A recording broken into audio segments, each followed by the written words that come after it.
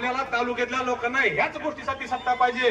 सोपल साहेबांना पण मी तेच सांगितलंय, साहेब आम्हाला 5 वर्षात विकास कमी असला तर चालेल, पण त्याचं सगळं संपेपर्यंत तुम्ही आमच्या पाठीशी उभा राहायचं. आणि हे आम्हाला त्याच्या साहेब ह्या कार्यकर्त्याची तालुक्यातल्या प्रत्येक लोकांची भावना आहे. आम्हाला त्याच्या घरातल्या तुम्ही दुसऱ्या एका सुद्धा माणसाला त्रास देऊ नका. फक्त ह्या बाप लेकाचा सगळं संपेपर्यंत तुम्ही आमच्या पाठीशी सगळ्याला सांगतो, त्यांना कुठं दामगिरी करू द्या, दादागिरी करू द्या, ह्या गोष्टीचा विचार करू नका.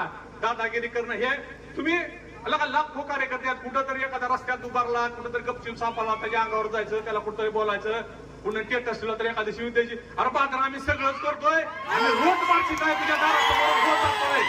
तू कधी पण पट्ट्या अडवून दाखव मला, माझं तुला आव्हान आहे. इथून कुणी कुठल्या गोष्टीला घाबरायचं नाही, कुणी कुठल्या गोष्टीला मागे करायचं नाही.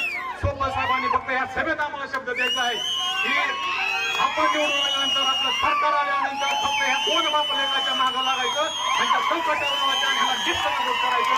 एवढं बोलतो मी सांगतो. जय हिंद, जय महाराष्ट्र. धन्यवाद बापू. यानंतर